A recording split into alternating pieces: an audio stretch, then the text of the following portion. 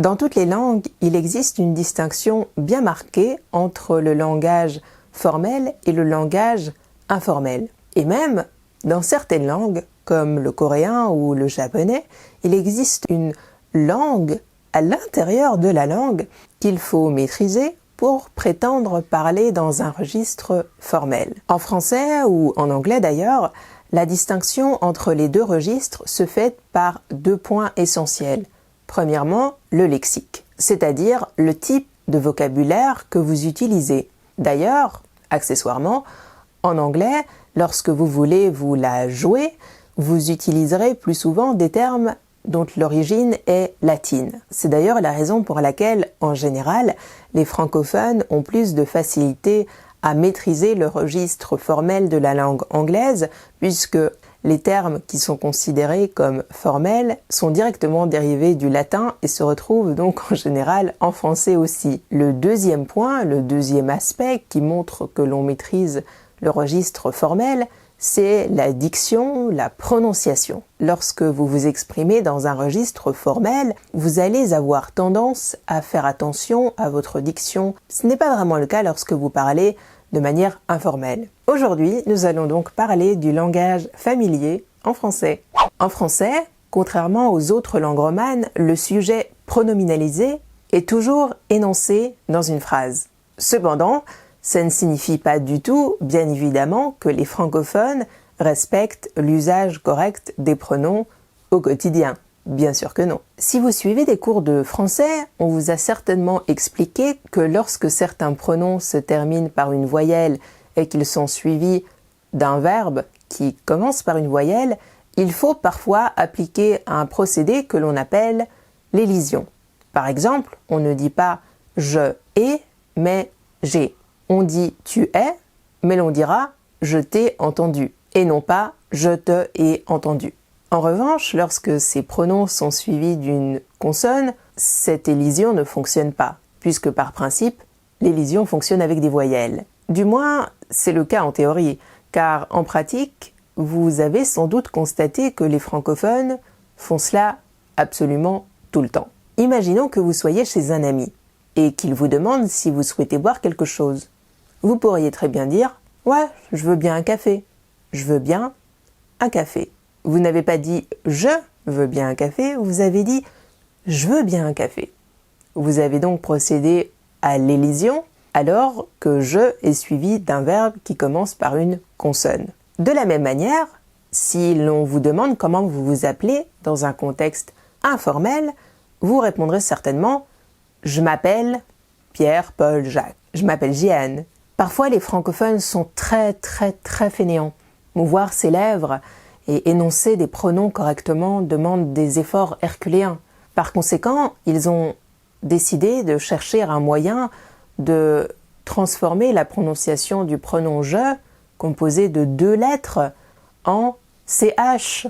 Vous avez certainement déjà entendu des francophones dire « je sais pas ». Au lieu de « je ne sais pas » ou « je sais pas », on dira « je sais pas », dans un contexte vraiment très informel. Cette contraction est extrêmement courante dans la vie quotidienne. De la même manière, on ne dira pas « je suis » mais « je suis ». Cette transformation du « je » en « ch » en français se fait avec toutes les consonnes dont le mode articulatoire est dit sourd en linguistique. Ces techniques, je n'entre pas dans les détails, retenez que ces consonnes sont en gros P, T, K, F, S et CH. On dira par exemple « je peux pas ». Je t'ai rien demandé, je fais ce que je veux. Bref, vous avez compris le truc. Avec le pronom « tu », la simplification est encore plus simple, il suffit de faire l'élision. Par exemple, on dira « t'as vu » au lieu de « tu as vu », tout simplement. On ne va pas passer tous les mots en revue, évidemment, sinon on ne terminerait jamais la vidéo, mais je voudrais simplement revenir sur l'un des exemples que je viens de vous donner, à savoir « je fais ce que je veux ». Ici, j'ai à la fois simplifié le « je fais », mais j'ai aussi dit « ce que je veux » au lieu de « ce que je veux ». Je ferai une vidéo spécifique sur la prononciation du « e » en français, mais retenez que si le « e » est à l'intérieur de la phrase, qu'il est donc suivi d'autres mots, il se prononce. Or, ici, je ne l'ai pas fait. En langage informel, il est très courant de supprimer la prononciation justement du E. Je vous donne d'autres exemples. On dira « j'ai pas le temps ». On dira aussi « il a hurlé de peur ». Il a hurlé de peur. Il arrive aussi, en langage informel, que le E final d'une syllabe interne d'un mot ne soit pas prononcé. On dira « venir », « demander », « acheter », etc. Enfin, je voudrais terminer cette section en parlant du cas particulier de « il ». En général, en langage informel, « il », pronom personnel, est transformé en « i ». Tout simplement, par exemple, « il me parle plus » au lieu de « il ne me parle plus ». Il me parle plus. Mais lorsque l'on utilise la locution verbale impersonnelle « il y a », on supprime le « il » totalement lorsque l'on parle de manière informelle. Par exemple, on dira « il y a personne ici » au lieu de « il n'y a personne ici ».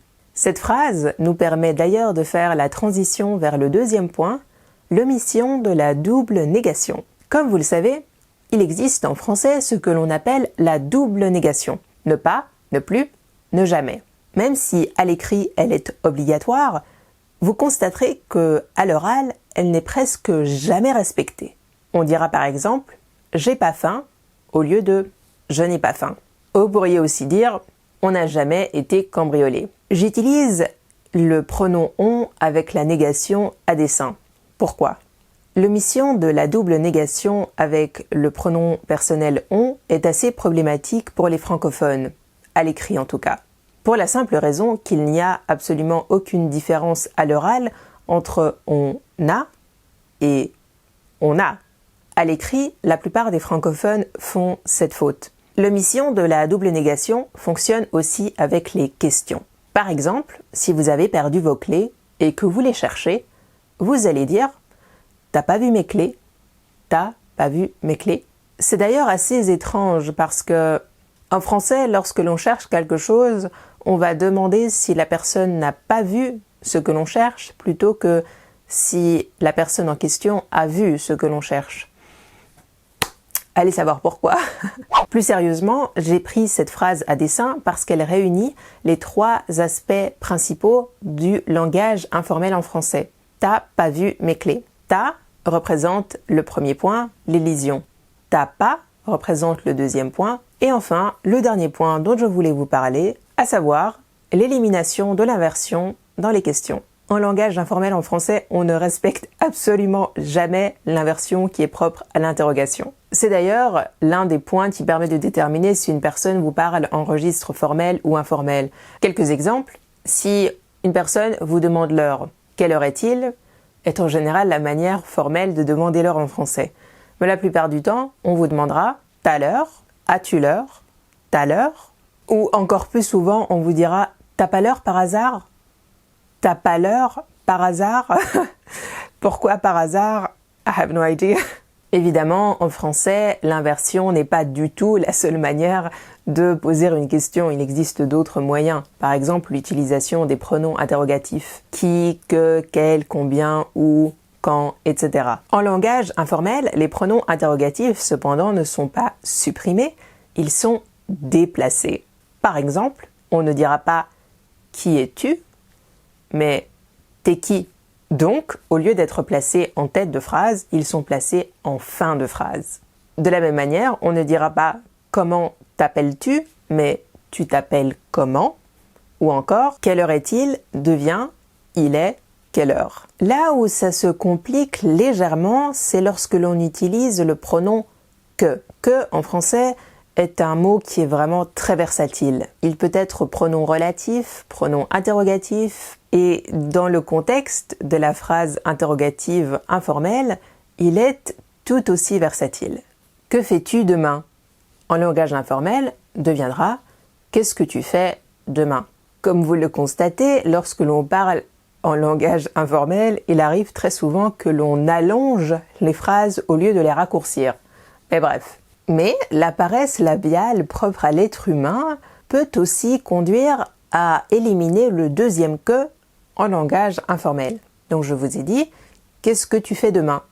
Ça peut aussi devenir « qu'est-ce que tu fais demain ?» Bon, je crois qu'à ce niveau de paresse, c'est qu'on vous a cousu les lèvres, clairement. Il arrive aussi bien évidemment qu'au lieu de dire qu'est-ce que tu fais demain, qu'est-ce que tu fais demain, que fais-tu demain, on dira tout simplement tu fais quoi demain et non pas tu fais que demain évidemment. Dans ce cas-là, le pronom que, lorsqu'il est placé en fin de phrase, devient quoi. Que penses-tu de ce film? Qu'en penses-tu? T'en penses quoi? Et voilà, je pense que nous avons franchement bien fait le tour. Je précise bien entendu que ce registre n'est pas à utiliser avec tout le monde, la famille, les amis. Donc en gros, sachez vous adapter. Merci d'avoir regardé la vidéo, n'hésitez pas à partager, à mettre un pouce bleu, à vous abonner à la chaîne et bien évidemment à regarder en boucle toutes les autres vidéos, pourquoi pas. Moi je vous dis à la prochaine, bye bye.